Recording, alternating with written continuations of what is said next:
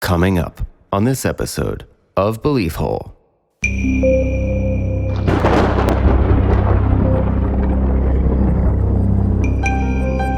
My kind of thesis for this was proving that the Illuminati, A, is real, 2, how it was a threat at the beginning of our country, and evidence that it potentially infiltrated through the lodges of Freemasonry. The weird thing about this stuff is I'm sure there's plenty of Freemasons that know nothing about any of the higher Exactly. up. There's people that can infiltrate these groups and use them as a snake arm to get into places. Snakes don't have arms, John. Shut up. Shut up. Shut up. Shut up. Adam Weishaupt started the Bavarian Illuminati. It was an actual organization started in 1776. Oh, yeah. The idea is that he looked at Freemasonry and the structure and he thought, this is great. This is a secretive organization. He then went on to infiltrate the Freemasonic organizations that already existed. And there's evidence to show this. It's not just the symbols, right? It's not just a pyramid on the dollar bill or a pyramid on Jay-Z's shirt. Those references are there, but there's still evidence of a movement going on that is reflected by the original Illuminati principles of divide and conquer, take over from within, destroy, destabilize. And part of this destabilization goes to the idea of a new world order. When we are successful, and we will be. A new world order.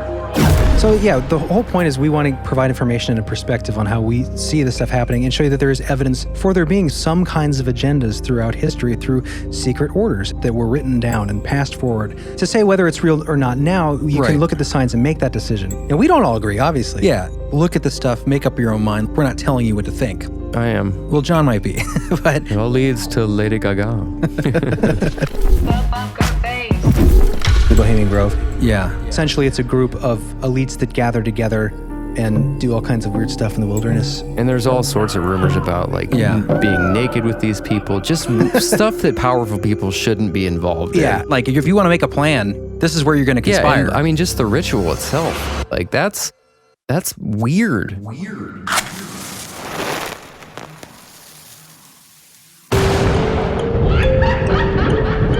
Conspiracy. Synchronicity. Sasquatch. Homunculus. Alien races. Satanism in Hollywood. MK Ultra. Tartaria. There's like a whole... I've been watching this one guy that... Close the door, Ed. Jeremy, close your door! What's the... Inner Earth Disagreements. Ghost Dad. I like that movie. Dogman. Bohemian Grove. Corey Feldman. Magicians are demons. Specters and spirits. Sleep paralysis. Strange disappearances. Sky whale phenomenon. Yes. Alternative history. Shadow people. Shh, quiet. I'm trying to say words with the mouth. It's getting dicey out there. Poltergeists. That's cool. Anunnaki. What is the moon? Elf towers. I would never talk about it. That's old. Y2K. Cover-ups. Apocalyptic catastrophe. Vampire. Hello. Well, hello. It's good to be back in the throne. In the Masonic throne. Ooh, yes, good. In the Skull and Bones tomb? We're jumping right into it with the keywords, huh? Yeah. Yeah, it's good to be back. Feels good. Feels good here. It feels good in this sweltering room. Yeah, It's a little warm. Well, it feels good psychologically, maybe not physically. It's kind of gross in here, but, it's still summer. Winding down the summer here. Yeah. I'm kind of looking forward to those colder days. Yeah, bring on the Halloween. I know, that's sacrilege coming from you usually. My body has changed. It's finally hit that age. No, I mean, like, my circulation has gotten better because the I used to be trampoline. cold all the time. Yeah, the trampoline is what changed it. We need to get them as a sponsor. As much as we talk about trampolines. Rebounders. Or maybe free tickets to a circus or something. Yeah, I'm excited to be back today. This is going to be an interesting episode. Getting back to some old school belief hole stuff. Yeah, well, it's funny because we've been doing a lot of storytelling, a lot of compiling interesting lore. A lot of paranormal research, but it was mostly story-based. And so we all figured what better way to get back into research than to tackle the problem is the Illuminati real? And how Very do we... small topic. Yeah. We've kind of touched on stuff like this in the earlier stuff, yeah. Many times, yeah. I mean, the first handful of episodes, this was like what we were most excited about talking about. Yeah, we were pretty deep in that world. Yeah. And then we had an off the cuff. We did like the music industry and... Yeah, occult symbolism and celebrity. Illuminati card game in the expansion episodes, we talked about this stuff a lot. We did another topic though that was like similar. It was like the... Snallygaster. No. I don't think that was anywhere yeah, I close. guess the celebrity occult was the kind of the one that stuck out the most to me. A lot of these topics, when we did our first several episodes, a lot of this was just mixing around with each other. Yeah, we were definitely way more off the cuff. Yeah, for sure. Now we're polished. Polished steel. This will test our polishedness, I feel like. Yeah.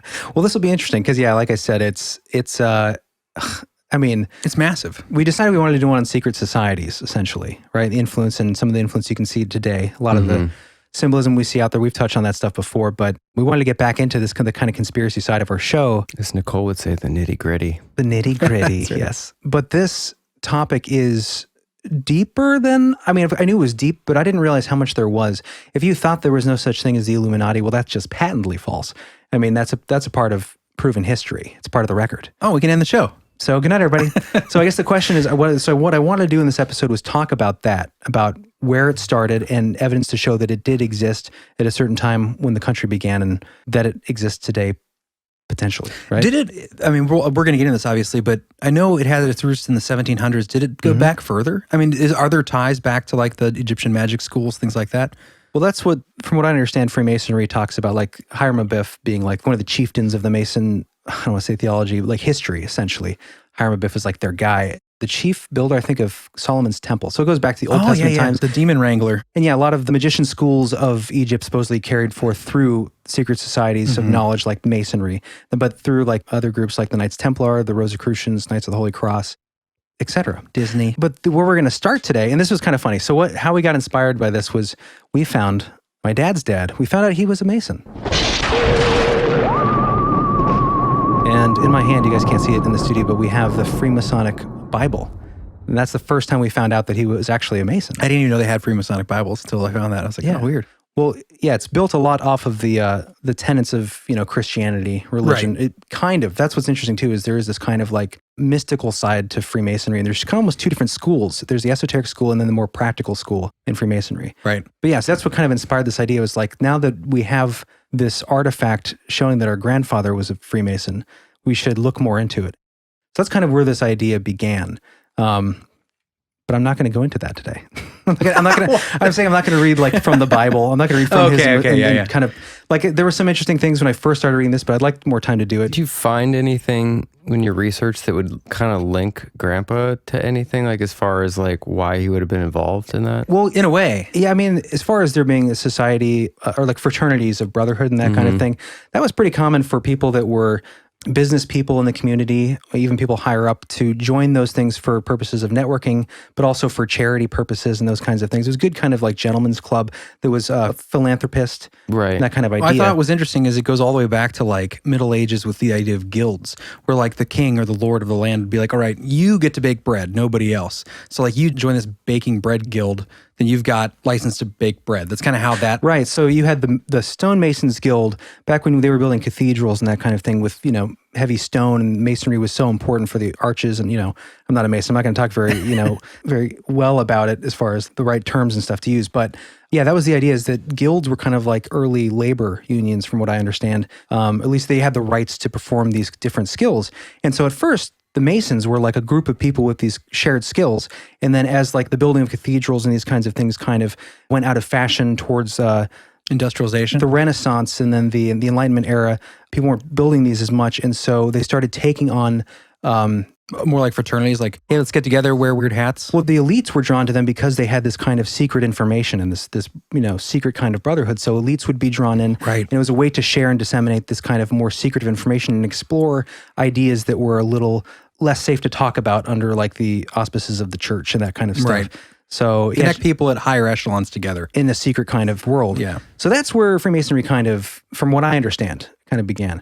That's how it started? Yeah. That's not where it ended up. That's right, John. That's not where it ended up. Took a wrong turn. Yeah. There's actually a really interesting podcast I will link in the show notes, and it's called Whence You Came, I believe it is, and it's a Freemasonic podcast. It was really interesting. It sounded like a younger guy, very well read, well written, or, smart fella. And he talked about the kind of different schools in Masonry, like those that are esoteric, those that are, what? Oh, I just thought about something. Is this related or is this something? Oh, great. And this is how the devil gets by. What is that? From? You don't remember? Remember when you guys were arguing that one night? Oh, yeah. Oh my gosh, I totally forgot about that. Oh my gosh. I mean, this will probably cut this, but if not. You mentioned this before, but I still don't remember this. You said I said that or something? Jeremy and Chris were fighting downstairs, like intensely. we got in this battle about Jeremy being late all the time, and Chris basically threw Jeremy under the bus and said he was the reason that you're always late. Yeah. And then Jeremy went into this fighting back sort of like explanation, justifying, and Chris was so mad, and he's just like, and this is how the devil gets by. And There's no way I said that. You did. Dude. You absolutely did. Why? It doesn't even make sense. It does. You were dude. joking. I mean, you were like you were saying like, this is how the devil gets by. Like the lies that he was telling. okay. My silver tongue excuses. Was I drunk? Why don't I remember saying that? Because you were impassioned in the moment. You were drunk. Was with this the night of rage. Cobra Kai and Yeah, I think Bacardi? Oh, it might have been. I think it was. Okay. Yeah. Anyways, I didn't mean to throw you off there, but I just couldn't help it. He's so like, he was talking about Jeremy throwing up all these excuses and skirting I was very around carefully the issue. explaining why it's not really And my you were fault. using your silver tongue to like Yes. escape the. It's not my fault, John. That's pretty much, yeah. And this is how the devil gets by. That's hilarious. That's a good analogy to the Illuminati infestation of Freemasonry. Bringing it back. Okay, so let's get into it a little bit if you guys are ready. Swim in the sea of occult fantasy. Let's do Nice. it. And Freemasonry. So there is a podcast, like I mentioned. But Yeah, I was going to say, it sounded like his podcast, as I heard a bit of it. It sounds like it's sort of a Freemason podcast for, like, he's a for Freemason. other Masons, yeah. Oh yeah, I wonder if we have any Masons out there. We do. Dustin. So we have a We have a Dustin. a Dustin. I wonder. I'm sure there's probably more than Well, that. I'm sure, yeah. He's actually a former Right Mason. in if you know, especially if you're deep in it and you are practicing rituals, we'd love to hear. Yeah, we would. We would love it. Love to know more. Dustin didn't specifically give me permission to say what he said, but I did ask him and he didn't really respond to that. So I'm going to assume yes. I'm sure it's fine. And nothing significant as far as like, damning or that would put him in danger, obviously, if, Yeah. Famous last words. Yeah, sorry. Well, I mean, how high up is he? I mean, So he was, from what I understand, he was a Grand Dragon. beginning kind of Mason. I think he said he was Oh, in, wait, that's the never mind. Grandmaster Dragon. he was definitely not a Grand That's the Dragon. wrong secret Weird society. flex, dude. What does that Have mean? you ever heard of flex? No, sir. Yeah. No. Okay, so I'm not sure how long Dustin was a member Mason, but I guess he's been out for about a year or so. Said he didn't really pay his dues. Maybe I shouldn't say that in case they're going to come after him. I think it's that extreme. Oh, he said he just felt there were a couple things that he found that just didn't sit right with him. He didn't go into detail about that. I wonder what that was. Did you ever meet George Bush? I don't think George Bush is a Mason. I'm joking. He's a bonesman. Skull and Bones. We're going to get into that, right? That's right. That's also coming up in this episode. We're dabbling a bit into a few different secret societies we're going to talk about, but the through line I wanted to get to, my kind of thesis for this was kind of proving that the Illuminati, A, is real, two, how it was a threat at the beginning of our country, and evidence that it infiltrated through the walls of the lodges of Freemasonry. Right. So Potentially, basically- and how it remains today. Basically, Illuminati infiltrating Freemasonry. Right. And the weird thing about this stuff is like, I'm sure there's plenty of Freemasons that know nothing about any of the higher up Exactly. level. Majority, I'm and sure. a lot of the stuff, even like you think about churches, how they Right. governments, all these things. Compartmentalized. There's people that can infiltrate these groups and use them as a snake arm to Exactly. get into places. Snakes don't have arms, John. Shut up. You know what I mean? How dare you? You know what I mean? That they can use these as like leverage and Absolutely. and they can work within the groups, and not everyone's going to know about it. Right. In fact, most of them probably don't. And that's to their advantage. Yes. So, and this is exactly correct. And this is the idea behind the Illuminati infiltration of Freemasonic organizations. Going back to, you've heard of Adam Weishaupt, right? You've probably heard the name. That sounds familiar. I thought it was Johann Adam Weishaupt. He goes, I mean, everywhere you see it, it's Adam Weishaupt. There may be an original first name that doesn't get used. Anyways, so Adam Weishaupt, it is suggested by a lot of, quote, conspiracy theorists that he did just this thing that you mentioned. Adam Weishaupt started the Bavarian Illuminati. It was an actual organization started in 1776. Does that year sound significant? That was the year of our independence. That's absolutely correct. And the idea behind what he was doing is that he was interested in joining, so he had been a part or involved, from what I understand, in the Jacobins, which were one of the groups that were really pushing the revolution in France to overthrow the monarchy, chop off the heads, got really out of control. Right, because when the revolution's beginning in America, he's forming the Illuminati in Europe the same year, right? That's the idea. So essentially, what people have hypothesized, and there's some evidence to show this, that he was considering joining Freemasonry over there at the time. And you had people like Ben Franklin, who was involved in a lodge, Nine Sisters Lodge over in France. But he's in Bavaria, which is now Germany, out of Weishaupt. Anyway, so This could be one piece of evidence that he was looking at Freemasonry. He was connected to Benjamin Franklin, I believe, through Cagliostro. He was a magician that was connected with the Count de Saint-Germain. Oh, right. I remember that. He was supposedly friends with Benjamin Franklin. Anyways, we'll get more on that later. There's connections with him in Freemasonry, but the idea is that he looked at Freemasonry and the structure and he thought, this is great. This is a secretive organization where I can spread my influence with my certain goals that I want to achieve, but they were limited and they didn't go as far as he wanted them to go. He didn't just want to join the Freemasons and then try to influence the group, right? As you would in a kind of a democratic republic kind of way. You'd want to change the group from the inside. He wanted to control the infrastructure that was already there. So the idea is that he, through his Illuminati that he formed, I think it was the Order of the Illuminati or something, in Bavaria in 1776, he then went on to infiltrate the Freemasonic organizations that already existed. Right. And there's evidence to show this. So the key where we see the potential influence and perhaps infestation of the Bavarian Illuminati, it impregnated Freemasonry in the States under George Washington's reign as president, right? Reign, if you will. Reign. Not quite the right word. All right. So there's evidence to show this. And this is when I first became more solidified in the idea that, the Illuminati is real. This is evidence. This is showing that it existed. There was a concern about it at the time by our very first founding father president, George Washington. So after Adam Weishaupt founded the Bavarian Illuminati in 1776, there was a book that was written. This book was written by a man by the name of John Robison. John Robison was a British physicist and mathematician. He actually invented the siren.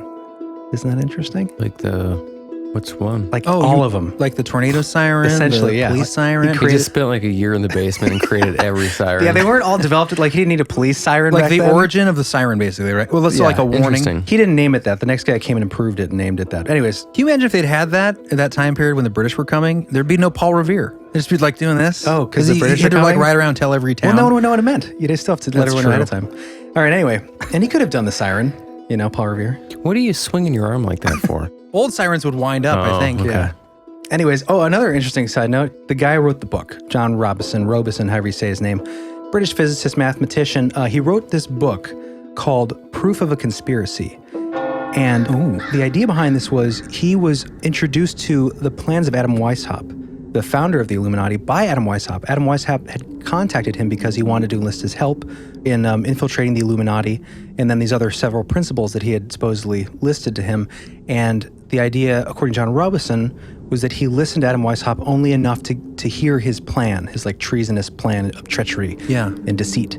And then he published a book about it.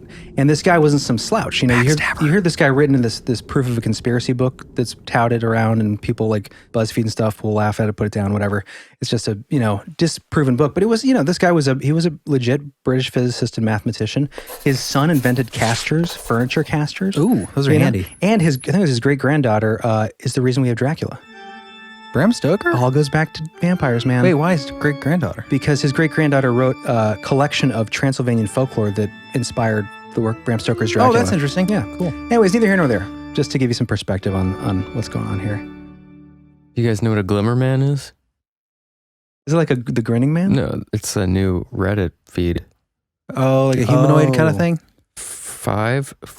You sounded really scared when you did that. 5 first-person Glimmerman encounters North Dakota, Kentucky, Ohio, and even Honduras. Ooh, let it be known that as I'm recounting history behind the Illuminati, John. Well, I was John going to plan on cutting this part out. Okay, But no, I just think was it's curious interesting. because it says even more Glimmermen ? Aliens ? Phantoms ? Overseers ? And then it has a picture of them in the woods, and they're invisible Glimmermen. Oh, so that's like what we talked about with the Missing 411 episode and the stories we collected from our friends Right. Aaron and Justin. That's kind of what I thought. We're being invaded, bro. We've already been invaded, I mean, like thousands of years ago. We got Illuminati from the right, we got Glimmermen from the left. Yeah, come All on. sides were bombarded. Give us a break, humanity. You just want to start a coffee shop. Come on. Anyways, getting back to the infiltration evidence here. So this book was written, Proof of a Conspiracy, by this British physicist, mathematician. Does sound like he has some good credentials there. This is just basic. He's done a lot. He was involved in a lot of things. I will just leave it at that. You can we'll link his Wikipedia page, but he's got a list of credits to his name, accomplishments involved with the Royal Society and all these things developing. I think he was the first one to say, like, that there were balls of electric energy that repelled from each other, something to do with an inverse of magnetism. Anyways, became like a law later on when someone like dug into it. Interesting. Anyways, I'm obviously not a scientist, but he's done a lot. So for him to just publish this, and it wasn't that long after a lot of his science work had been done. People said like towards the end of his life, he became like this loon conspiracy theorist. It wasn't that much later. And he actually had written some works from a colleague that he had reworked for publication on chemistry or something after he wrote this. So it's not like he was some loon in a tower. So what did he say in the book? So he warned essentially that there was this plan by Adam Weishaupt to infiltrate Freemasonry in America and specifically to enact several principles that I'll get into a little bit. And it'll sound kind of familiar to today, actually, which is further proof the Illuminati might still be around influencing things behind the scenes. And when I say Illuminati, that's one of the reasons we want to do this episode is because there's always that question of who is they, right? Who is the Illuminati? It's a very loaded question. It is a very loaded question. There's a lot of potential answers, but this establishes the origin. Do get that a lot when you talk about this stuff with people. People are like, "Who's they?" Right? Who's they? It's just like, how do you even begin Why would they to answer that? Yeah, and so this episode is an attempt to try to say, like, here's the origin of the Illuminati. There's a book that I'll put in the show notes that I didn't get into in research called Bloodlines of the Illuminati by Fritz Springmeier. Oh, yeah. It has whistleblowers, a lot of, it's a really dense book, so I didn't get into it, but essentially there are 13 families at the time that he wrote it that were the heads of the Illuminati. You'd recognize a lot of them. I'd like to, well, obviously we won't get into it this time, but remember that book that I was talking about, how that one person that escaped? Yes. And then wrote a whole book on like their plans for the world. And it's happening right now. Is that the guy that Aaron Russo talks about? Aaron Russo's friend? I don't know who it is, honestly, but like... We need to play that clip sometime. It's basically, he talked about how there's millions of people in this group and they've infiltrated every part of our government. And the plan is to depopulate the planet. That's like to get it down to a very manageable size. It's a dick move. And they're all like highly trained in battle and stuff. Like they can, I mean, millions of highly trained battle. They have like a separate society, and then they go into society. Well, this was the idea. But basically, they'll die for their cause. Basically, their plan is to. Of everything else they are, that oath to their purpose is the utmost priority for their self and identity. They see themselves as like a different species. And this goes back to a lot of these secret societies, especially the Illuminati. That was one of the ideas behind Adam Weishaupt's purpose, was that, you know, you'd basically implement people in society secretively. They're a part of an elite group that know what they're doing, and you could be a baker and a father and a family man, but at the very basic level, deep down underneath all those layers, the thing closest to your sole purpose is being a part of the Illuminati, and you will do what you have to do in such a God, so creepy, such a subtle way that the commoner would not understand why you're doing this. That doesn't make sense. He would do that. Why is he voting for this? Why, whatever it is. Exactly. It's that, and it's just like, it doesn't make sense. I feel like a lot of that's happening right now. Yeah. It's like the way politicians are acting. It's just like they keep doing the wrong thing over and over again. It's like, doesn't make logical sense. And that's why the common people are so confused all the time. Like, why is this not? And we'll get into that. Okay. Because some of these purposes. I don't mean to keep interrupting. That's okay. The proof of conspiracy about this infiltration from the late 1700s, this goes into that. Some of those principles that we're seeing today. So we'll get there. I have a lot to say about this. I know, it's good. It's all emotion. Okay, so this section I titled "Awash in Illuminati." Ooh. Because it's George Washington. Is that right? I like it. It's pretty clever, Jared. Thanks, John. Okay, so in 1798, Reverend G.W. Snyder sent a book to George Washington warning about the Illuminati penetrating into the United States Masonic lodges. So the evidence to show this, from the Library of Congress, there's a letter, 2 letters, I think, between this Reverend Snyder and George Washington. Now, when Snyder writes his letter, he makes a statement, and George Washington writes him back to correct the error, and this is the transcript that we have as evidence of this. He says, "The fact is, I preside over none," talking about Freemasonic lodges, "nor have I been in one more than once or twice within the last 30 years. I believe, notwithstanding, that none of the lodges in this country are contaminated with the principles ascribed to the Society of the Illuminati." So that's George Washington saying he doesn't think that the Masonic lodges are contaminated yet, but he's admitting that there is a threat. There is an Illuminati. There's an Illuminati, and This was George Washington? George Washington. Wow. Probably nothing has happened since then. Right. Okay, so this is just the first part of this letter. So, and I'm going to read the next part from this blog. And even though I'm quoting from this blog that I'll link in the show notes, I've vetted this all as far as the letter goes.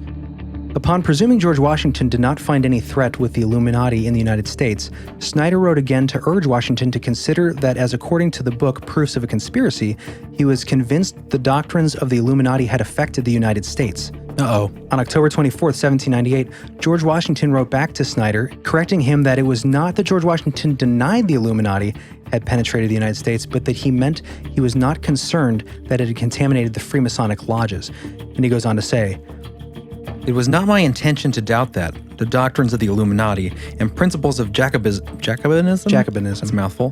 Jacobinism had not spread in the United States. On the contrary, no one is more fully satisfied of this fact than I am.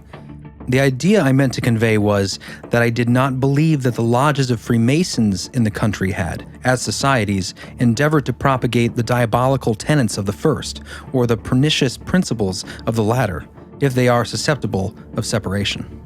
How was Washington sure the Illuminati had not penetrated the lodges if he had only visited one once or twice over 30 years as he claimed? Good point. Regardless, the point is that Washington acknowledged a problem with the Illuminati, and that they did in fact exist after supposedly disbanding in 1785, as some claim.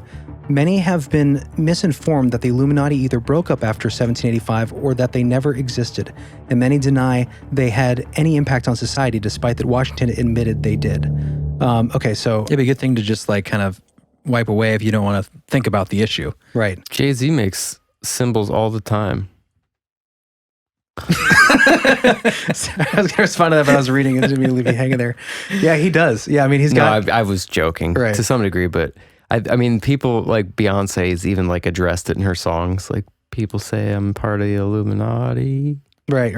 Because people do say that. Yeah, because they make all the symbols. Yeah.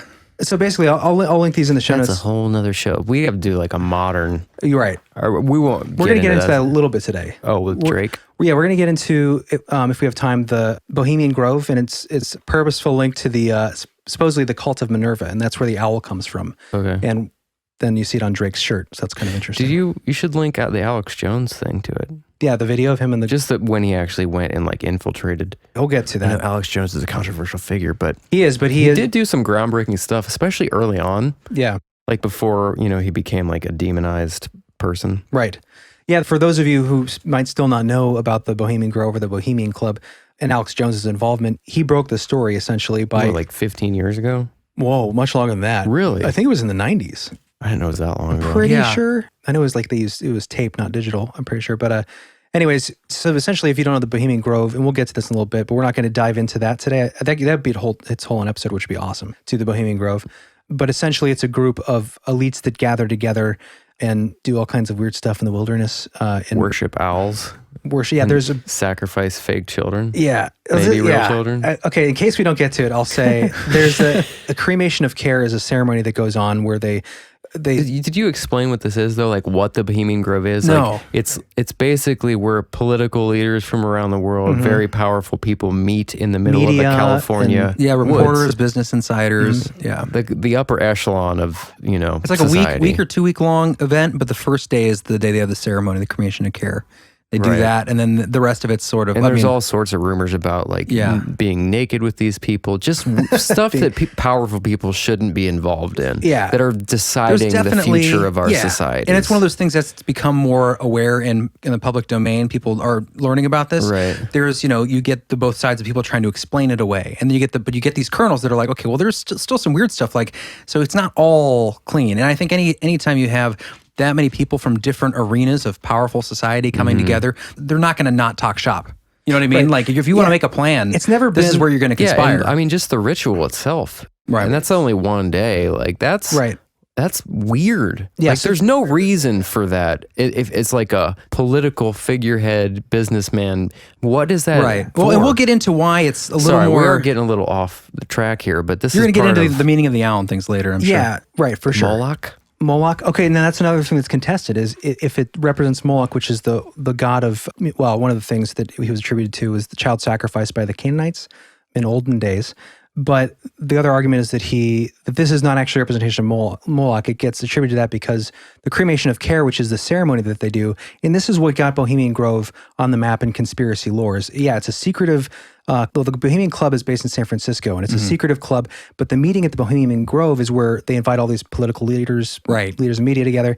The secrecy alone is weird, and that's why Alex Jones decided to break in or sneak in. Because of the level of the people that are going there. Right. Yeah. And then what he filmed is one of the things that blew him up in the venue of conspiracy theorists, but also broke the story of the Bohemian Grove, was that mock sacrificial ritual, supposedly mock ritual of the cremation of care. And the idea was that they basically, we'll drop a clip, but the idea that there is this care, or this representation of care of your worries, they call it dull care, that had to be burned so that all these leaders that would worry about the common man, or maybe just their own concerns and stress of whatever they were doing, that they would burn it in front of the owl. And so I didn't know that's what it meant.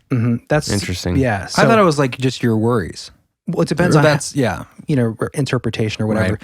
But the owl is linked to Minerva, not Baal. Like we've actually made that mistake before, and I think there were reasons to think so. But it's Minerva, who is it's basically goddess worship.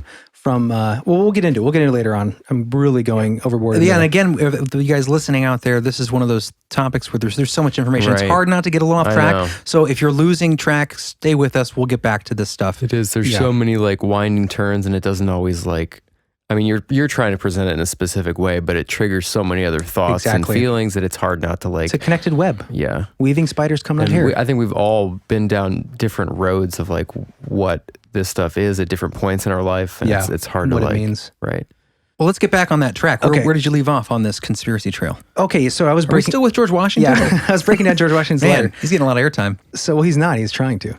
Anyways, he basically describes the Illuminati as being diabolical, deceitful, and he's recognizes their influence in America already, just not specifically in Masonic lodges. That's what he was trying to say. The ones that he'd been in. And as he said, he hadn't been in any in 30 years. Right. So how do you know? If Grandpa's not watching the grandkids, how do you know they're not making butter cookies in the oven? Butter cookies. That's a terrific analogy, like Chris. That? It's terrible. Okay.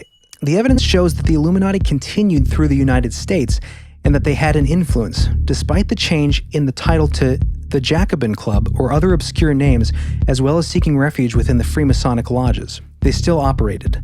Some would say that the Illuminati became one with Freemasonry in that one could not detect where Freemasonry ended and Illuminism began, at the adept levels. Now that means at the higher upper echelons, right? Like 33 plus degrees. Mm-hmm. Some say that it's supposed to end at 33. Others say that it continues on after you reach initiation of that higher degree. Right, that's the idea, that's when the clandestine stuff gets into your ear balls, right? Right, and that adept, that's a word that's used in like other circles like Rosicrucianism, more with like theosophy and that kind of idea. Even Eastern religions, the adept is the practiced mage, that kind of thing. And that's important too, because in Freemasonry, this conversation, even within the lodges, a lot of people aren't interested in the esotericism, right? That's like a very specific kind of area of Freemasonry. Right. But that's the idea where there are all of these important symbols that have so much meaning and they get used, today all the time, and people with eyes to see will know what that is and what that means. It's supposed to have some kind of magical power to them, that esoteric kind of power. Right. And so there's that distinction between there and the adept that connects to, Crowley and Theosophy and Blavatsky. But that's kind of the idea at these upper levels. If you go to 33 degree, I heard it stated, and I don't know if this is true, and I'd like to look further into it at some point, but the idea that once you become a 33 degree Mason, you are asked, and if any guys out there are 33 degree Masons, let me know. Have you been tapped? Have I been? No, sorry, I was talking to the audience. That'd be crazy if you rhetorical. were. Why not me? The question is given to you in essay form if you are asked to read the essays and the works of Albert Pike. And actually, I was sent this also by Dustin, our listener, who is a Freemason. He's reading this now, Morals and Dogma. Oh, yeah. Which really goes into the symbolism, the different rites, and other insights into Freemasonry, from what I understand. But you're asked to read the more esoteric works by people like this, and the people that were interested in influencing humanity through the secrecy of Freemasonry, and this is what our purpose is as a Mason, this is what we should be doing, and they would think for the better, right? Right. And if you wrote back saying like, yes, I agree we should influence humanity in this way, and I agree with these tenets, then you're tapped to move, you get your 33 degree, but you get to move into this quiet group within the structure, which would be referred to as the Illuminati, right? Adam Weishaupt's Bavarian Illuminati. So that book then that was written by Albert Pike, Morals and Dogma, he was a 33 degree Mason, and he's basically divulging all this information back in what year? Like 18 something? There's still secret. He was basically, it's more philosophy from what I understand. Okay. The insights of his thinking about what Freemasonry is, I'm sure there's a lot of esoteric stuff. I haven't read it yet, but what I had heard, and it sucks because I can't remember where this came from. This is kind of the key piece I wanted to find out, was when do you make that bridge between being just a good 33-degree Mason, like Jess, her grandfather was a 33-degree and was supposedly a great guy, and he seemed bewildered when she asked him, like, do you do a lot of devil worship? Like, what's going on in there, Right. So there's this distinction of people in there.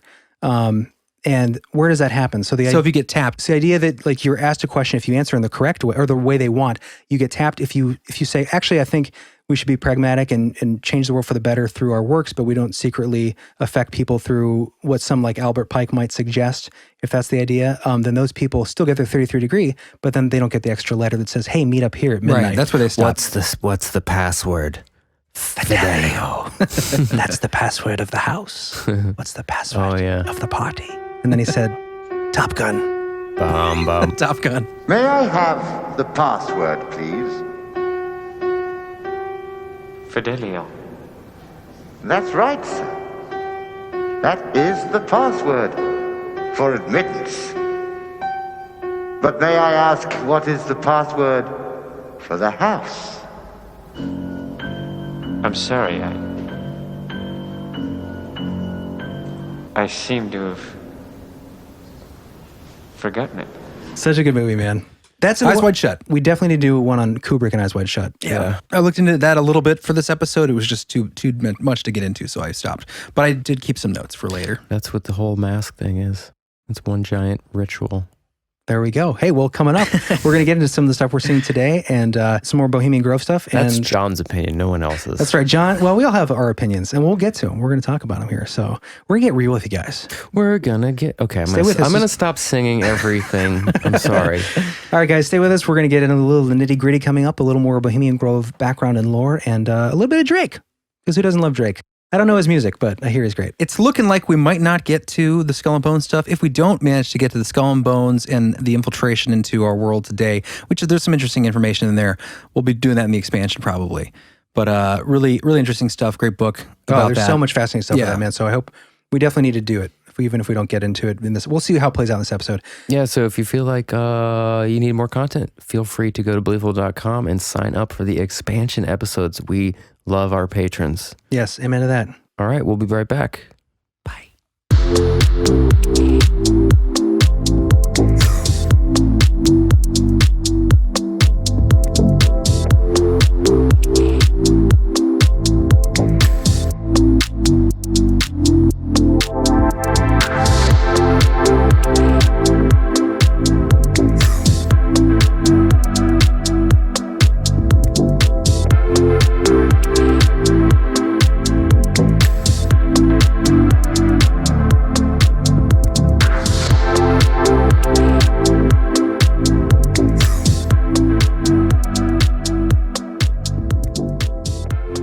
Welcome back. We are back, and better than ever.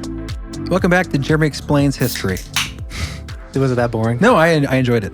It's very dense information. You said that to me with dead eyes. No, I enjoyed it. No, I arms gripping your seat. I know I enjoyed it. It was very dense. I love dense, hard to digest things. Goes well with a glass of bourbon. I think you're scratching an itch of the research sort. I think that some people really enjoy, And I hope it feels it's nice to get back into that a little. Feels a little flustered because, like we said, it is a subject that has so many tentacles in different areas, and so you want to jump to other aspects. There's a lot of lore too. Oh yeah. Oh, it's such a it's a modern staple, like conspiracy mythos. Anyone that's actually looked into this stuff, it's like it spawns a lot of ideas. Even if you're just a kid who was familiar with the TV show Gargoyles, the animated series. That's where I first heard of Illuminati in like '94 with that cartoon. I think they stretched back to Avalon and King Arthur, and Gargoyles, great show. It was a time of darkness. It was a world of fear. It was the age of gargoyles. Good show. Holds up. Okay, let's get into it, huh? All right, where do we leave off? Where are we going, Jerry? Okay. Take us down this conspiracy trail.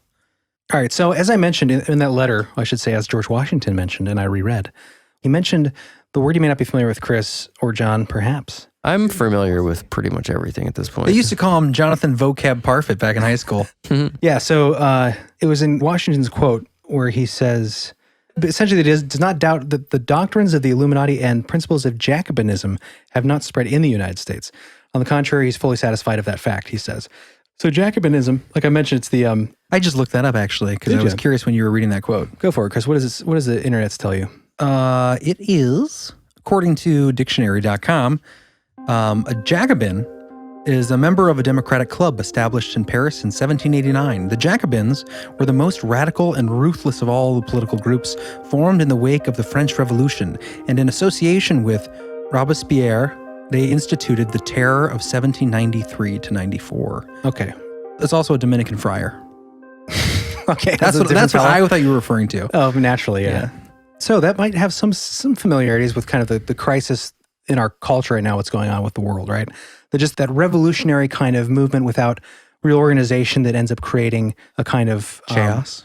A chaos, right. That chaos that kind of attacks the foundations of a constitutional republic, right? Mm-hmm. The civil rights and liberties that are guaranteed to everyone in this constitutional republic when you start moving towards mob rule. But that was essentially the idea behind the Illuminati that was spawned. So at Jacobinism, that's where Weishaupt initially began. He was involved with that, decided he wanted to start his own, right? And decided the Freemasonry would be the great place to do that because of the influence and that the structures were already there. Right, kind of like we talked about earlier. Exactly. Yeah, I was just reiterating. So where do we see this today? So the idea that his ideas were kind of built off of Jacobinism, the Illuminati being birthed. So in the book, Proof of a Conspiracy, the book allegedly exposes the plans of the Illuminati, right? Right. And so this comes from the Jim Duke perspective. So this is kind of his breakdown of taking from Proof of Conspiracy and writing out the principles in a summary sort of fashion. And some of this might sound familiar, John. So where do we see these principles today? The plans, according to Robison's book, can be simplified in these 6 principles. 1, abolish monarchies and all ordered governments. 2, abolish private property and inheritance. 3, abolish patriotism and nationalism. 4, abolish family life and the institution of marriage. 5, the establishment of communal education for children. Everyone learn what we tell you. 6, abolish religion. So the plans of these... So that was the Illuminati principles? Coming from the proof of way back then. Conspiracy. Way back then. Well, this is what happened in France. Well, you could say with the revolution, cut off the heads of the monarchy, destabilize. Mm-hmm. The argument would be, especially from an elite intellectual push from this secretive group inside the institutions in these different areas of pop culture, government, whatever. Why are they doing this? Why are they doing that? Why aren't they stopping this from happening? And the argument would be, it does work perfectly along with this book that was published in the late 1700s, early 1800s, warning of this is how to destabilize a country, break it down, and then infiltrate from inside. Right. So that's when you see signs of the Illuminati symbols and stuff. It's not just the symbols, right? It's not just a pyramid on the dollar bill or a pyramid on Jay-Z's shirt. Right? The idea is that those references are there and they're allowed to be there, but there's still evidence of a movement going on that is reflected by the original Illuminati principles of divide and conquer, take over from within, destroy, destabilize. Can you read those again real quick? Yeah. Abolish monarchies and all ordered governments, abolish private property and inheritance, abolish patriotism and nationalism, abolish family life and the institution of marriage, the establishment of communal education for children, so, brainwashing essentially, abolish religion. So anything that you have that can give you kind of a center, I think, in a personal life. A grounding in society, like community and not community established by the state. Right. I mean, all this stuff is happening right now. It's obviously well down the road in our society. Right. And these tenets to me don't sound bigoted. They don't sound, or to be against these tenets, I should say. Like, for instance, abolish patriotism and nationalism. Like, I've never been growing up, I was, never liked saying the Pledge of Allegiance. I wasn't like a super patriotic kid. Yeah, no, I felt the same way. It felt like I was very forced. anti-authority. Yeah. Right. And I still had that's in my heart. I, resonate with that. At the same time, if you want to create a one world government, which was a term that's been around for a long time, you have to get rid of all the nations. Right. You have to you have to get rid of the fabric that holds a nation together. Exactly. Anything you can agree on. I think that the nationalism and the patriotism can go way too far too. Right. Absolutely. For sure. But right now we're swinging so far in the other direction. Right. I think maybe in the 90s it was too far the other way, and now we've gone completely to the other side. Exactly. And that's a problem if you want. I mean, what holds a nation together is commonality. If you don't have something to hold you together, you're going to fall apart at the seams. That used to be the ideals of America was kind of what brought every... Right. You could unite it under the country, the ideals of freedom and individualism and freedom of speech. Yeah, it was like the beautiful... That's what I love. I don't know how much it's true, but it seemed very true, at least in like 80s pop culture. You watch like, movies, and it seems like it didn't matter which race or creed you happen to be, but there seemed to be this sort of patriotism that people were sort of like, A-team. There wasn't such a divisive narrative going on. Right. All This the time. country really does give you an unbelievable amount of opportunity. And that was what people used to love. I mean, you can attack it from every level, but compared to the rest of the world, it's by far and away one of the best places to live. Exactly. The best way to destroy something that has some goodness to it is to convince everyone that it's evil. Right. Right. So you look at a place like, the United States, where to me, the most like beautiful, moral, inspiring attributes you can have is freedom and the protection of your individual rights to express that freedom. Right. Right. And you can, say whatever you want as long as it doesn't hurt anybody else. The government can't interfere with that. The government should protect your right to have that, but it should never operate in a way that interferes with that. You're guaranteed that freedom. That's how it's supposed to be. And that's why it's a constitutional republic and not a democracy, which is essentially mob rule without that constitution. So... talk about owls. To wrap up these principles, okay. As the Illuminati would infiltrate societies, it would overthrow standing leaders and replace them with their agents. This idea continues, using wars and revolutions as persuasive means, in which its purpose would be to direct all governments to abide under a one-world government, using its influence through libraries and media, as well as education to indoctrinate with a globalist ideology compatible with this agenda. Libraries. Right? And I do remember when I went to college in 2004, I remember we had a word of the year. And it was on banners everywhere. It was a word that we were all supposed to learn. Synergy? Globalism. Was the word of the year, synergy, yeah. Really, in 2004? That was like the good buzzword that we should learn, and this is very important for, This is the long process. Like, this stuff has been planned out for a very long time, and these things that are happening, including the coronavirus that's being used to manipulate... Right, to use something for fear like that. I mean, I'm not saying it's not real, because I do think it's real, but it's being manipulated. Right. The crisis is being taken to the next level. Never let a good crisis go to traumatize waste. people. It's not going to go away. We all know that at this point. But where this is going to go... I don't know that.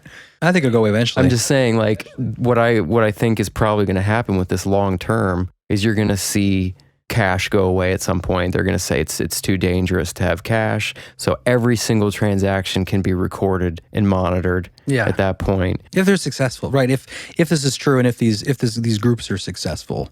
You're saying that'd be the goal.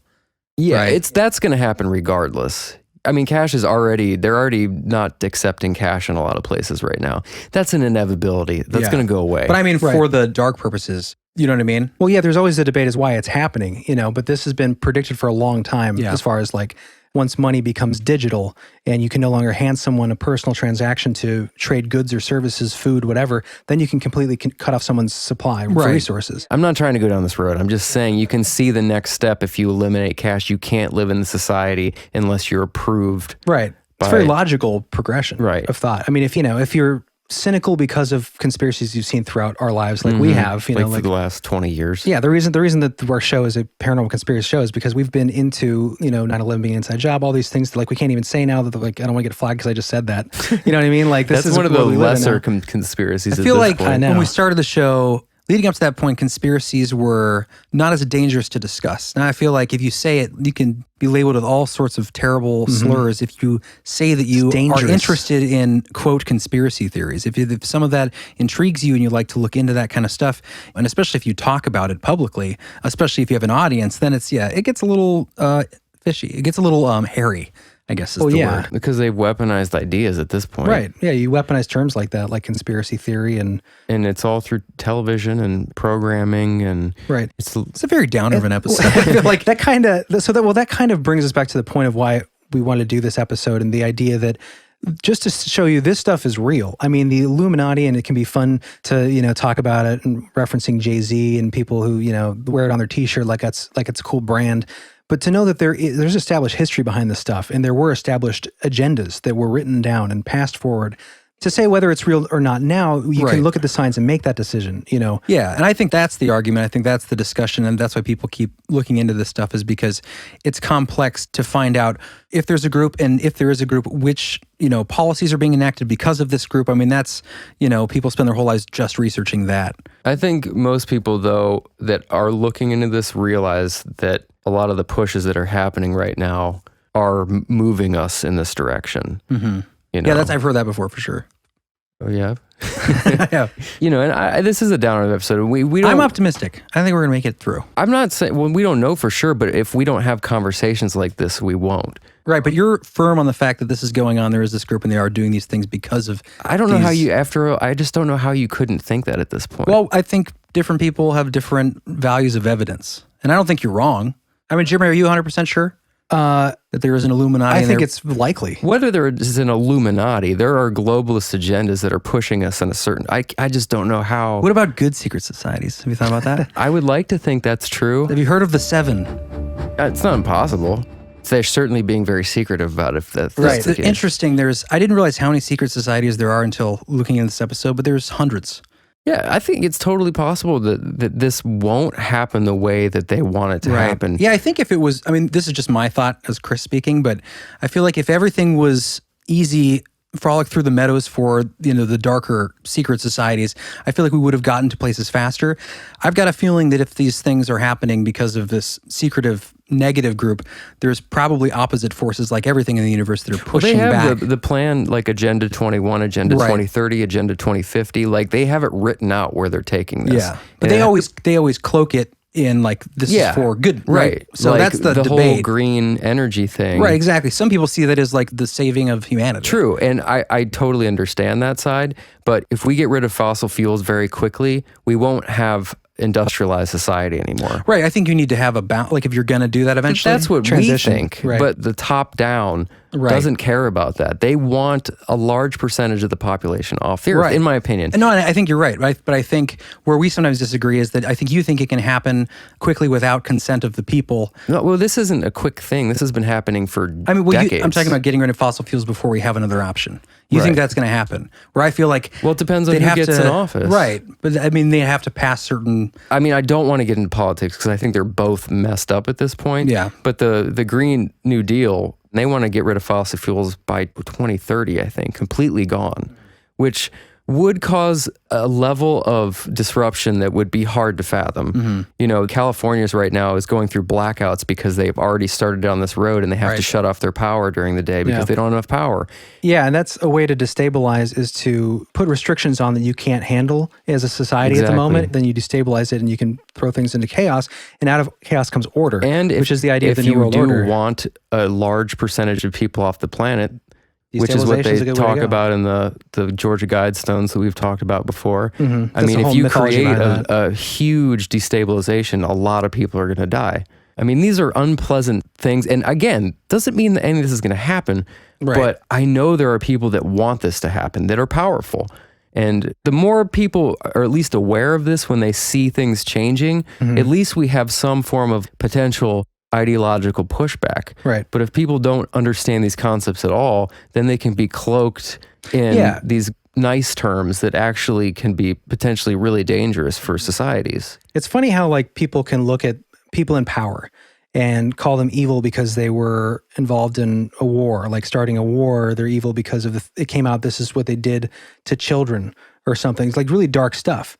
But they would never be involved in a plot of some sort of elite overstructuring of society because they do it to other countries, but not our country. Right, exactly. So that's that kind of I don't want to say cognitive bias, but that incongruent way of thinking where, I believe there are evil people at upper echelons or people doing really bad things, and I believe a lot of them are organized, but I don't believe that there is any sort of organized movement to, like you said, depopulate or destabilize or whatever. Some people just have a problem thinking that way, or they don't want to think about it. A lot of people have a hard time thinking that other people think differently than them. Right. They may not think they're being malevolent. They think this is the way it has to be in order to save the earth or well, whatever. that's the point is, you like Chris said, you make something sound good. Like I would like us to be on renewable energy. Right. We for all sure. want a cleaner planet. Absolutely. And this is the problem that always gets missed in these conversations. I feel like people are fighting about the way to get to where everyone wants to be. Right. Everyone wants a cleaner planet. Everybody wants renewable energy, all this stuff. But the argument is there a necessity to push it so fast that it's going to be really disruptive that could cause a lot of harm? And that'll get painted as good, like let's do it now. But then you don't consider the possibility that there are certain factions that want it to happen fast in order to destabilize, which it sounds like a crazy conspiracy theory, but that's just one aspect of how these things move forward. You know? Right. Well, I mean, people say it's a crazy conspiracy theory that they want a lot less people on the earth going forward. Better for the planet. Exactly. And even Bill Clinton was quoted as saying early 2000s, I think, saying the only way we can keep 7 billion people on the planet is if we go back to an agrarian system. Oh, that's insane. That was That's true. 20 years ago. So there are people at these upper echelons that know that this is where they want it to. They just don't think that we can be on, for whatever reason, whether it has to do with rituals or not, or they have some satanic overlord. I have no idea. Right. But it seems like they just don't think either the planet can sustain that, which I'm not saying it can either. I don't know.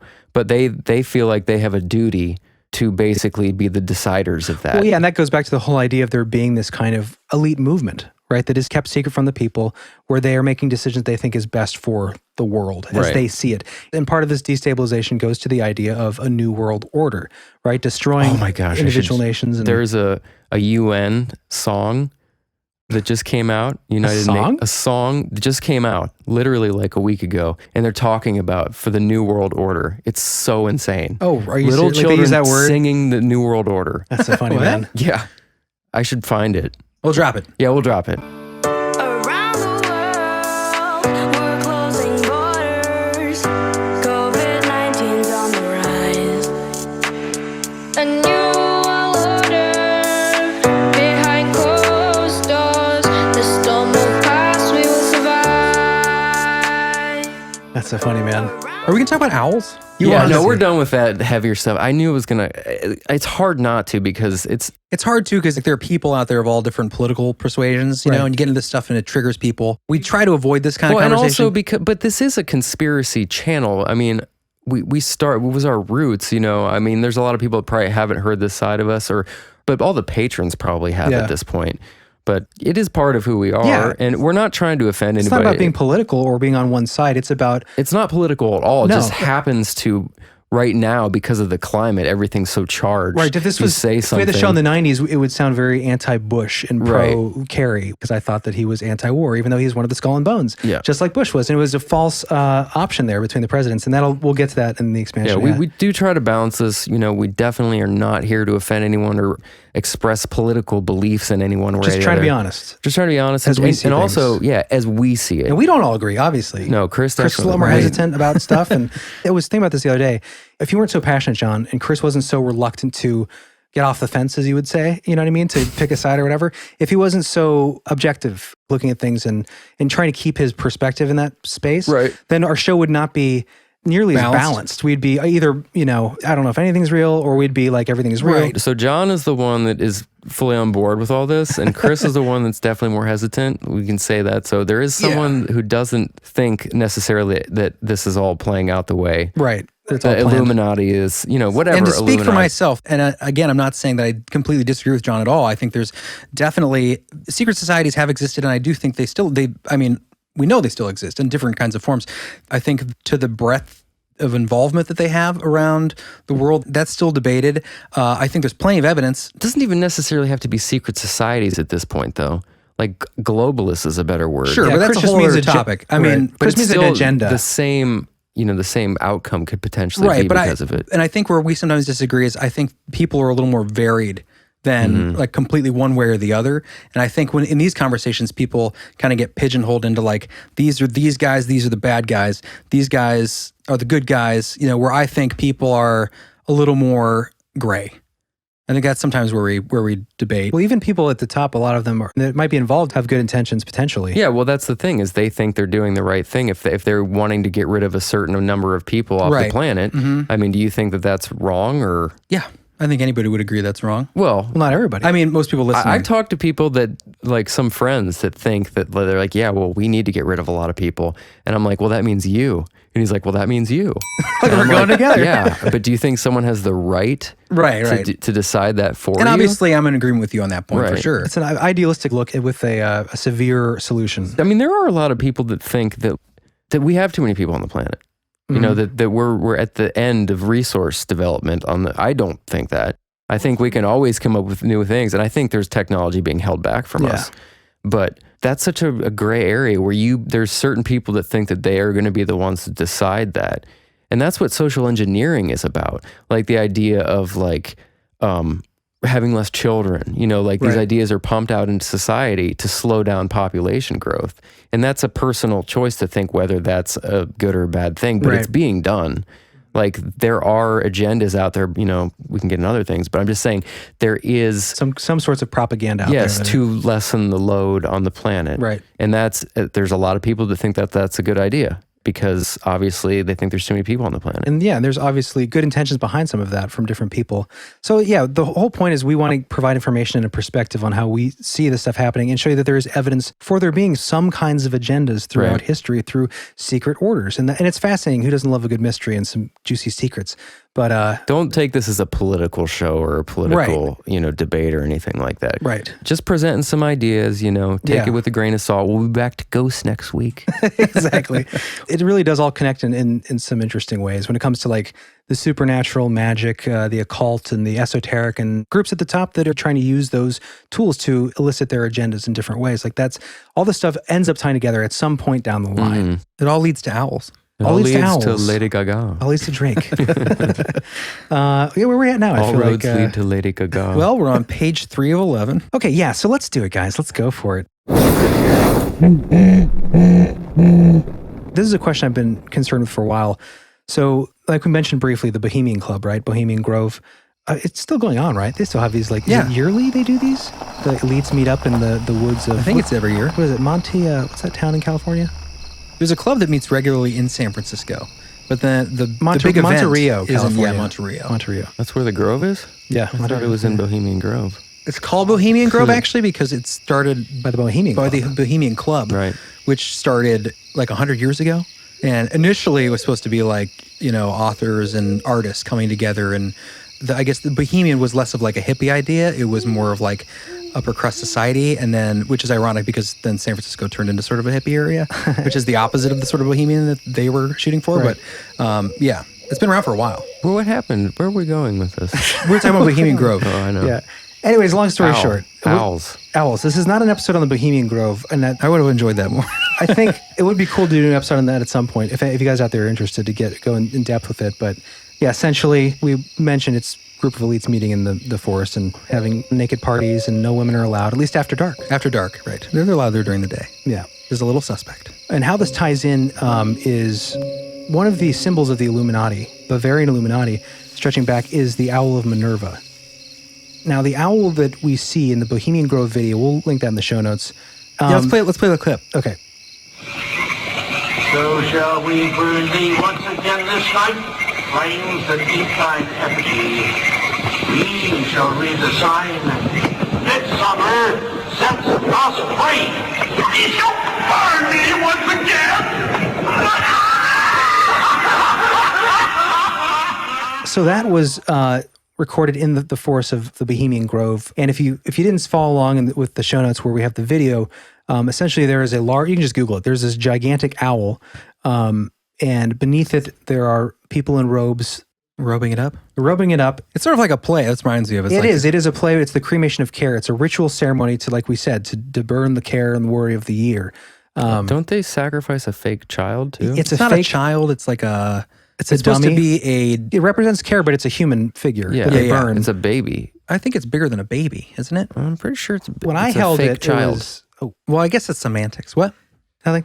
So the point is, it's supposedly a mock human effigy, right? Not real is the idea, right? And then you hear people that refute that, but as far as we can tell, and some of the inside footage, at least the one that Alex Jones recorded was not a real person, right? I don't think. Yeah, so that's where some of the confusion was, that it was to venerate Baal, the ancient god of Child sacrifice. That's what we said. We talked about in our unicorn episode, Right. which we were wrong about. You're saying now it wasn't Baal. I'm still not sure about that. A lot of people refute that and say that it's specifically goddess worship of Minerva, which is the owl. So anyways, were you going to say something, John? I was just thinking maybe it wasn't a baby. It was like an actual, but it was a human effigy. It was a human that. effigy for sure. So I don't know if you guys all know this or not, but initially, before like the elites took it over, I forget when exactly this happened, but they had it recarved. It was a statue of Buddha. That makes sense. And they cut it. Yeah. Back when it was, 100 years ago and it was a bunch of like artists and stuff. Right. Poets getting together. It was Buddha. It was more Eastern, and they cut it and shaped it into a crude form of Minerva, the owl, which you now see on Drake's hoodie, because that makes sense. There is a lot of symbolism in modern culture. Oh, for sure. And this goes back to what we were saying earlier about how you see this in pop culture all the time, and it gets kind of like laughed at, or it's a cool brand idea. But a lot of times people don't know what it is. So pervasive. And most of the people don't. Most people don't know what a lot of this stuff means, like the checkered board on every single black and music white video. Yeah. Like the one hand over the eye. That's everywhere. Right. It's kind of hard to even believe how many people do the one hand over the eye, which is is that an Illuminati ritual or symbolism? I'm pretty sure it's Freemasonic. I don't know if it's Freemasonic. Well, I guess it would be if what the point that we're making is that there's this infiltration of the Illuminati. Then a lot of the symbolism and stuff would be either begun by the Illuminati, used by the Illuminati in some way. Like the checkerboard, you see that's supposed to represent the balance of good and evil, but it's a Masonic symbolism, and it's in like so many music videos. It's on people are even when like it's a hideous looking set, they'll have that, and they'll have like it also represents a ritual, doesn't it? Like just having it like. Well, yeah, there's a ritual that's I forget which ritual it is, and maybe that book Dustin sent will have it by Pike, but. One of the rich initiation rituals, I think it's initiation. There are different levels you get to, and since the black and white checkerboard floor is a part of a Masonic lodge, certain rituals will be done there. Like, for instance, Pink. Remember when she had that ritual? The award ceremony? Was that an award ceremony? Or a football game, I don't know. Yeah, we covered this in the Illuminati card game Patron episode, but when she had one pant leg missing, like the rolled up pant leg, she had a blindfold on, which is part of the initiation ceremony, and it was on a checkerboard floor, and she was like raised down from the ceiling or something. But there was an exact mock design of an Illuminati initiation, and you can just Google Pink Masonic ritual, and you'll see side by side that award ceremony or whatever it was, and that image from one of the lodges of the ceremony, like sketches. What's really interesting about this is the fact that a vast majority of this like occult ritual stuff happens in music videos and in musical performances, way more than like Hollywood movies. And I was reading something last night about how music used to be considered magic, just playing spellbinding. It. So like the idea that it was like witchcraft and magic were just people that knew how to play music. It was considered magic in itself. Right. So you think about that with, people actually performing this, and it's done through music. It's like you're casting spells, right? Almost. Interesting connection. Masonry is also referred to as the craft by Masons, but that's because of stonemasonry, crafting, but stagecraft. In Freemasonry, stagecraft. In Freemasonry, they have rituals, right? Like I know that's part of their thing, and it's sort of this mix of mysticism with a little Christianity, with obviously like guild stuff. But is it ever like a ceremony to conjure, like a magical thing? The reason I'm asking is because I'm thinking like I'm playing devil's advocate here, obviously, but like in a Pink performance or something, and where it's obvious Masonic symbolism, but not everybody's going to see that. People who know will see it. But is it possible? Like, what is the intent of doing that? Are you saying you think it's for casting a magical spell, or is it like a nod to other people who just happen to be Freemasons? Like, I think it's probably both. Well, it's at least evidence that there is Masonic influence at the highest levels of media, for instance. Right? Because are there claims? I mean, just using people's energy and then. But is that a thing with Freemasons? That sort of occult stuff. Again, a lot of the stuff is going to be at the higher levels, right? So that's the argument. Once you get past 30, then there might be a secretive, more like magical sort of side of Freemasonry. There is a magical side of Freemasonry. I mean, there are... Oh, that's right. That's true. I guess there are Masons that write about this. You know, like Pike, for instance, was one of those, magic with a K in some of these instances. But so there is that esoteric, magical, occulted side of Freemasonry. And I mean, that's a whole side we can get into, and we can't claim to know the intentions of every ritual that we see in a music video, but it's enough to say, I think, for my purposes, to say that there is a heavy influence of a Masonic influence, and by proxy, Illuminati influence, if we go with some of the earlier stuff in this episode, showing that there is Illuminati influence in Masonry.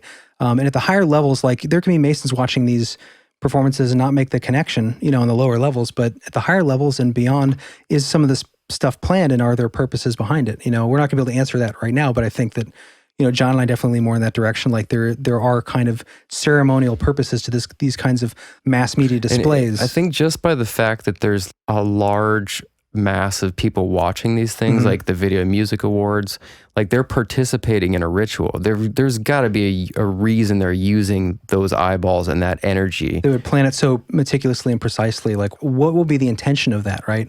If they if you're practicing some sort of occult ritual, like the more people involved, the more energy is going to be directed. Now, whether or not they know they're participating, right, I think probably is irrelevant. Well, even these people, dude, even that podcast that I referenced earlier, the Once You Came, there was, it's done by a Freemason, and I haven't listened to a lot of his stuff yet, but he definitely knows what he's talking about. And the guy he had on, they were discussing how magic in the Bible and a lot of other places, the grimoires, the common people are forbidden to use it, but the high priests were allowed. And part of the argument was that magic does not belong to the people. The common people cannot have it, because if a common person casts a spell, say, or something, or creates a lot of energy that they can harness and conjure, and then they can use it to negatively affect the king, right? Right. So the king's allowed. So basically, but the regular folk aren't. It's too dangerous to let the masses have it. So too dangerous for the people in charge. Yeah. Right, exactly. So that's kind of one of the points that I thought was interesting was, if that's true, and that's part of the reasons why it is so banned and not talked about, especially today, it's belittled and, has no power, is that if everyone knew that it had power, then they would be more at risk from those kinds of, and I'm not promoting, like, obviously getting into the occult or anything, but that idea that, like, well, it would have less power over people too if they are using it to sort of keep a certain level of power over people. Yeah. People knew what they were doing. Hidden knowledge. It wouldn't work. Right, and that's what the occult is. It's hidden knowledge, hidden information, hidden craft. Right. And like, I think magic can be and I don't, I'm not a magician, obviously, but I mean, as far as I know, but it is kind of a tool, and I think that when it's used by certain groups, like the elite, for instance, in my theory, that it can be used for, harnessing energy, moving the world in a certain direction, whatever it is, in a dark way. But I don't think it's itself necessarily like that evil thing. I think people can wield it as such. And I could see a threat, if you were in power and, my army didn't help me against, like, Methedra, the sweet witch who bakes bread and, casts happy spells. You will be a better king. Yeah. Against the king. Anyway, that's neither here nor there. We're talking about owls, but that's kind of I hope an interesting tangent that was direction, interesting, because you asked the question about intention, right? No, I'm glad you brought that up, or I'm glad I brought that up. All right, so I'll finish this aspect here about the owl, and then that's probably gonna be it for this episode. And then we'll get into the expansion with some of the skull and bones and some more creepy secret society stuff. Skull and Bones is a whole. It's a whole thing, man. And there are leaders that are. Yeah. The expansion's going to be, we'll get into a little bit, but it's going to be a little more colorful, I think, a little more quick bites of intrigue, I think. This one has been a really in-depth look at... More history. There's a little bit of history in the expansion, but there's also contemporary accounts of people being hushed, things like that. Some evidence and also, descriptions of the interior of the tomb of the skull. Yeah. Like, there's if you're interested color, in the Skull and Bones and you want to hear us dive into it, definitely check out the expansion. But anyway, getting back to the owl of Minerva and the Bohemian Grove. Or Minerva. We keep saying we're going to talk about her. Yeah, so she is also known as Athena. You may be familiar. I knew an Athena. Your Greek and Roman mythology. Okay, so I grabbed this. This was an interesting, from a research blog here. I'll link in the show notes. There's an image here. Now, this image is 2 seals that are recovered. Like emblems, not like aquatic mammals, right? not just imagine the bones like of being seals recovered from the ocean. No. An oil spill. Little seals almost look like they're would be hung on a necklace. Okay, a seal of Minerva. The Minerval seals of the Illuminati, 2 of 3 known to still exist, pictured here. We'll have in the show notes. Oh wow, they're actually from the Illuminati? Mm-hmm. This is from the Bavarian Illuminati. How much do you think Drake would pay for one of those? These are probably photographed from his collection. PMCV, which is on the seal, stands for Per me sasi vident. Through me the blind become sighted. An owl holding an open book signifying learning, surrounded by a laurel wreath, which we see all the time on the dollar bill and the Great Seal, a symbol of learning or graduation. Per me sasi vident was a reminder to the superiors of the class whose responsibility was to properly instruct the Minervals. These medallions were worn around the necks of Minerval initiates. So the Minerval initiates were a group, a school within the Illuminati. They were essentially the initiated group. So it's interesting to see that in the Bohemian Grove. I mean, it's a direct connection. And there's a lot of other pieces of evidence inside the Bohemian Grove that directly links... Oh, these are from the Bohemian Grove? No. This is from the Bavarian Illuminati. From Bavaria. Okay. Like historical artifacts. But in the Bohemian Grove, we have the owl, and also there are plaques that you can see. Oh, shoot, I didn't grab this one image. But essentially, it's a sculpture of the Minerval owl, missing its beak, one leg kind of half cut off. Ew. From deterioration over time. Oh, so they sculpted it that way. Yeah. But gruesome. The original is in Gruesome. Original is in Rome somewhere, I believe. It's from the old world. But they made a direct replica of this Minerval owl in the Bohemian Grove. I mean, we'll put that in the show notes, the image, but everything will be in the show notes. Right. Sorry, I keep saying that. The point being that it's direct evidence that is who they are venerating, the goddess Minerva, and this is the owl, and that's why it's important, why it's seen there. Interesting. For a secret society called the Order of the Illuminati, emulating the ancient schools of wisdom and having a Minerval Academy as a foundation, would there have been a more fitting symbol than the Owl of Minerva? The class of Minerva was a relatively low rank in the scheme of things. Now, this is kind of interesting when it comes to Drake. However, it was the soul of the order and functioned as a sort of assembly line for recruits. Candidates advanced from novice to the Minerval degree, where they were properly vetted, scrutinized, and then indoctrinated. Another layer of owl symbolism was to assure its initiates that the Illuminati does its bidding at night, nocturnal toil. Ooh, sexy. It harkens back to the tradition of night being the mother of councils. Desiderius Erasmus, for instance, recorded the Latin adage, in nocte concilium, which means night is the mother of counsel. So the reason I'm bringing this all is about the owl. Are you saying Drake's wearing an owl because he's an initiate into the Illuminati? Right, he's specifically wearing the owl. So this is his. Actually, this original hoodie here that we'll have in the show notes. You can buy it for $900 on eBay. That's it. I guess so. Where's my wallet?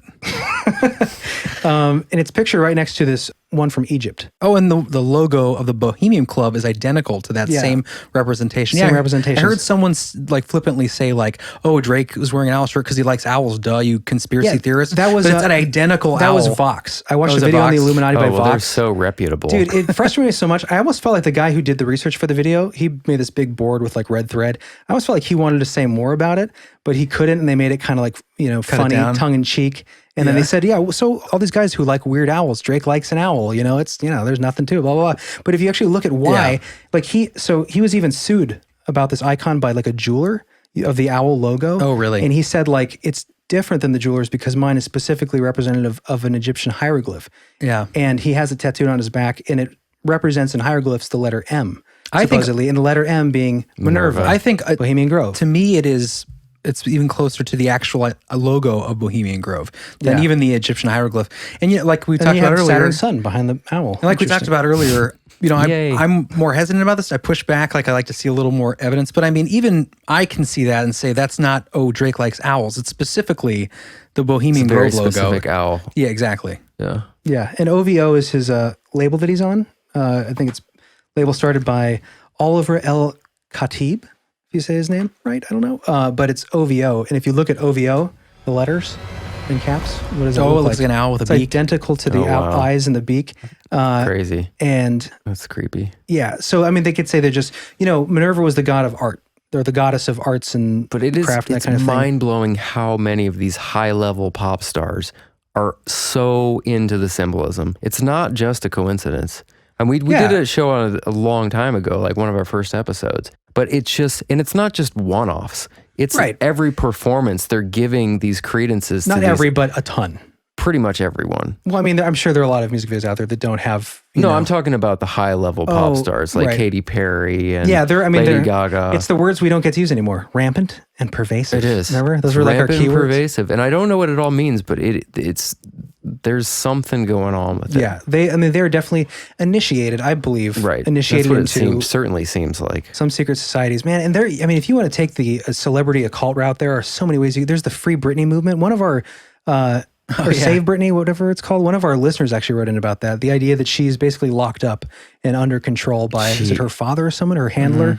It's fascinating and some dark stuff out there with the celebrity occult. That I looked into that a little bit. It did seem like I don't want to say a stretch, but it seemed like you really had to read between the lines of her like posts to try to pull out like a help me. She is stunted at like a 13-year-old. Well, she has so many signs level. of MK Ultra. Yeah, like remember when she shaved her head at that one point and she was talking about like she just didn't, I can't remember exactly I what don't she want was. anyone touching me anymore or something. She came in and she said she wanted her head shaved. The hairdresser refused, so she literally grabbed the hair clipper and started doing it herself. Bradley, did she say why? I mean, did she offer any information? They asked why she wanted to shave her head, and she said, I don't want anyone touching me. I'm tired of everybody touching me. Another employee there told Us Magazine she wasn't making sense at all, and you could tell she's not in a good place at all, and that she's totally freaking out. It looked like a MK Ultra breakdown. Yeah. Well, and there's the symbolism of the blonde, the MK Ultra blonde, you know, the bleach blonde, and the change, the shift away from that into the dark, and then the buzzing of the hair would be a freedom of that because that it seems to be a trend though in these like Miley Cyrus and Katy Perry. They'll have these like breakdowns at some point. Yeah, it always goes this direction. It always goes in this kind of dark direction too. You know, a lot of it comes out of Disney, which is controversial to Disney fans out there. But they are supposedly also one of the Illuminati families. Oh, but man. watch out. I was enjoying the gentle episodes. Me too. For a long time. Maybe we'll do some of these splinter off. Yeah, we'll do these occasionally maybe because I do think it's too. important. I really do. I think it's important that people know this stuff so that if they're, their kids are being influenced by a lot of this stuff. Like, yeah, I also think it's important that we say, like, look at the stuff, make up your own mind. Like, we're not telling you what to think. Like, I am. Well, John might be, but there is stuff to it. There's no, this is just all coincidence. So you just have to be aware of that. Let me just wrap this up. Especially since these people are directly influencing your children. Let me wrap this up with the Bohemian Club. So the question that I had was, okay, so if it's not Baal, right, the owl god that is being venerated with the cremation of care, the burning effigy ceremony, is it bad? Like, what other than them getting together and dancing around? So here's an interesting kind of look at specifically the owl Minerva iconography. Chris, you want to read this? Or John, why don't you read this? But just because the owl is venerated by the Bohemian Club does not mean that it is only meant to symbolize Athena Minerva. Lilith is also an apt identification. Lilith, queen of the demons, the great screeching owl mentioned in Isaiah 34, the night owl goddess that inhabits the ruins of Edom, which subsequently became a permanent fixture of Kabbalistic demonology. Lilith is also closely related to the Greek figure of Hecate, with her demands for human sacrifice, and the Grove participants perform a mock human sacrifice at the base of a 40-foot owl as part of the cremation of care ritual. In addition, the poet George Sterling, one of the most prominent bohos, that would be like bohemians from the community, of his time, wrote a play titled Lilith, a dramatic poem, in which Lilith herself mentions the owl, demonstrating that they at least knew of such symbolism. Sterling stayed at the Bohemian Club in his own private room toward the end of his life, where he committed suicide by ingesting cyanide. So that's the last of the Bright Happy episode that I wanted to touch base with there. But that comes from Robert Hammond and Terry Mellinson. But I just want to wrap this up by kind of bringing it back, that question. Bohemian Grove is one of the most, referenced secret clubs, secret societies that supposedly control a lot of what goes on in our world. And the idea that if you want to look at it and say, well, there is still some kind of nefarious aspect to that ritual. It's not just the burning of your cares away for the year, maybe, but there's also this tie that some people have referenced the connection with Lilith, right? And this kind of a creepy name, Lilith. Yeah, that's so weird because a couple nights ago, Chris got this new pillow, and he named it Lilith. Lilith. Really sexual. He named it Lilith for some weird reason. Just popped in his head. Really? I've had some back problems, so I bought a maternity pillow, which is great. I do recommend this product. I wish we should get this as a sponsor. You named it Lilith before you knew about this? Well, I meant to name it. How many synchronicities can you possibly have? Tell them about your. We're going to do a show on synchronicities here soon because it's insane how many we have with this show. But tell them about the latest one. So we were racking our brains getting ready, prepping for the Secret Society episode, and really like last minute crunch because there's so much to get into, so much to discuss because it goes on forever in every direction. And we were kind of stressing out about it. And we walked into a CVS of all places, or a Rite Aid rather, in tiny Canal Fulton. And we walk in, there's like 3 magazines. Don't tell the Illuminati where we live. They know. Oh, they know. 3 magazines I like right by the checkout. And one of them is specifically, it's not a magazine with an article about secret societies. It is a magazine on secret societies. Right there, right at the cash register, right as we were just like, man, how are we going to direct this? And they're dressed in the hooded figures that is like known for our show. Right. Like the cloaked images that we've used for our, show image, like these cloaked characters. Yeah. Website image. Yeah, like literally the same and there were 3 characters. of them. Yeah. The image where everyone thinks that they're umbrellas, in front of the house because they're just like a black we'll put the silhouette. magazine cover in the show notes. It is, but it's one of a bazillion synchronicities lately. We're where going to it's have just to like, do an episode. If you don't know what a synchronicity is, you will find out when we do that show. We're keeping a journal. And those of you that know what synchronicities are, keep your own little journal. Don't let it drive you insane. I think that's what happened to, was it Charles Fort or one of the other paranormal researchers, but they basically kept a journal until they started to go insane. And they're like, I can't do this anymore. That's crazy. And just like dropped the entire research of everything.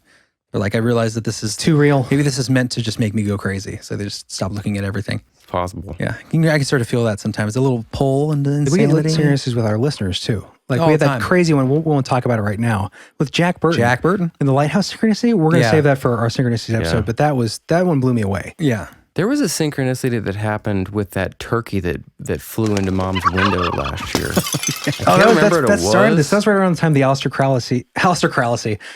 Crowley curse episode we did. Remember? Yeah. And It the was Loch like Ness? I can't remember what the tie was, but it was very much like a synchronicity. It was just like, what? Was it that trucker story? The guy who had been with the attacked by an owls. owl? The multiple owls, And yeah. then the bird flew in Mom's window. It was more than that. There was something else too.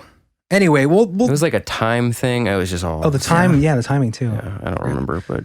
Anyways, we'll do a show on it. But anyways, yeah, I just wanted to mention that the Minerva thing and that connection with Lilith, and just because like that shows that kind of, there's just so much to this. You can go so deep with some of these connections, and a lot of it you can say, well, that's a loose connection, that's speculation. Yeah, not a that's for sure. speculation, but there is a lot of written evidence in the way of historical precedent, historical evidence. There's also you can see that there were motives at one point for sure. yeah, there are published statements by some of these groups at the time. You always get the Rockefeller Rothschild quotes and everything, like what they plan or would like to come back as a virus to wipe out part of the human race. A lot of these things they could point Prince to some. Albert, wasn't it?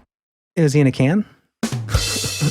It was Prince someone Yeah. who said that he Someone. wanted to come back as Yeah. a virus, and he was That's right. It was. Yeah. either the husband of, I think it was the husband of Queen Elizabeth. Was that who it was? Wow. Should we just look this up real quick? Yeah. let's do that. I mean, that's insane to say that and be like such a powerful person. Yeah. He wasn't a happy fella. He looked like a demon. Did you find it?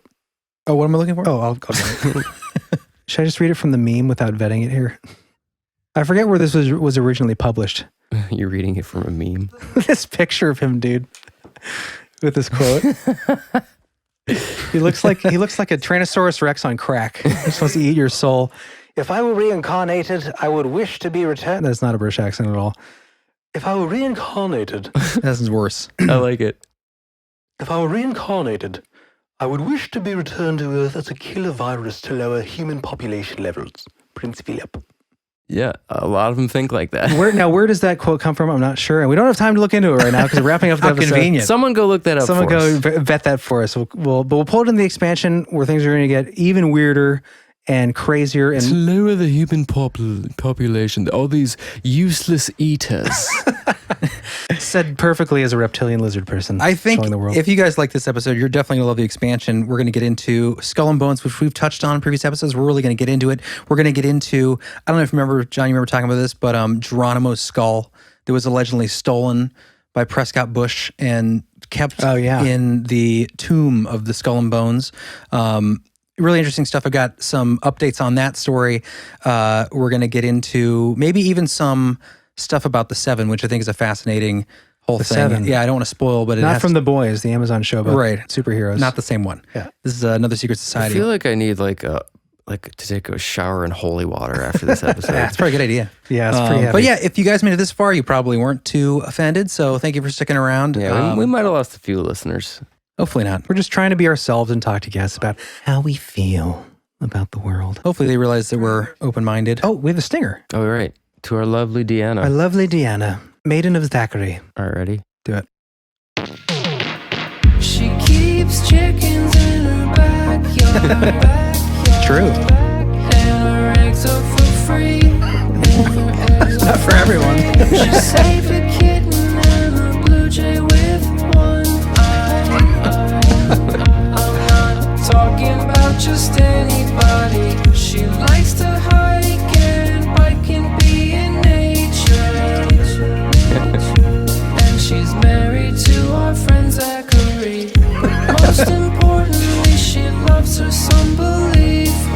most important. Exactly. Welcome her to our family. Nice. Ooh.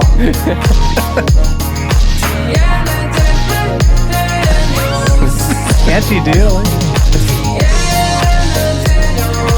It's Daniel, by the way, no S. Oh shit, really? Yeah.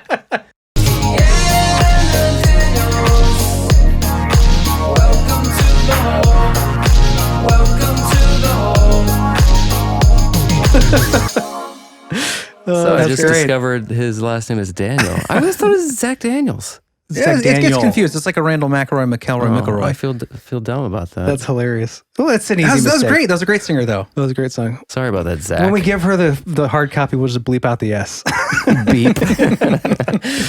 Hope you like that, Deanna. You have been a great supporter of the show and a friend, and we really appreciate it. And we love you guys. Yeah, and to we love all of you out there all you listening. listeners, whether you're in the expansion or not, just being here, especially through the end of this episode, Yeah. you mean a lot to us.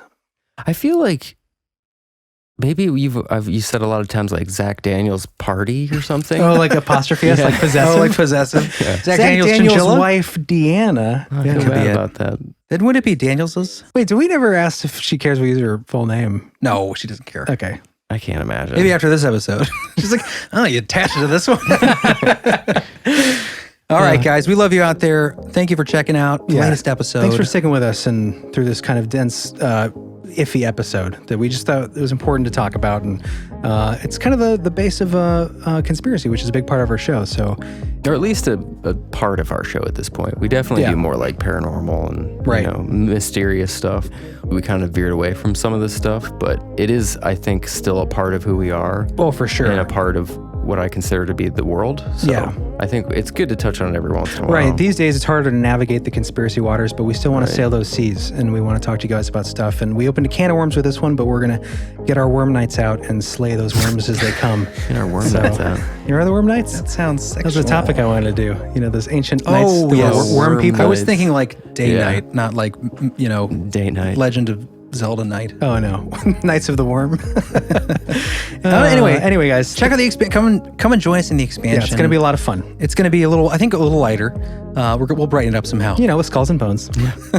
But it will be fun. I guarantee that. Yeah. So casket masturbating. Yes, that will also be no there. spoilers. Raunchy. We might have to bleep that out. Nah, that's right. All right, guys. Well, we'll see you there in the expansion. And for those of you who won't make it this time, we will see you next time on The Beliefful.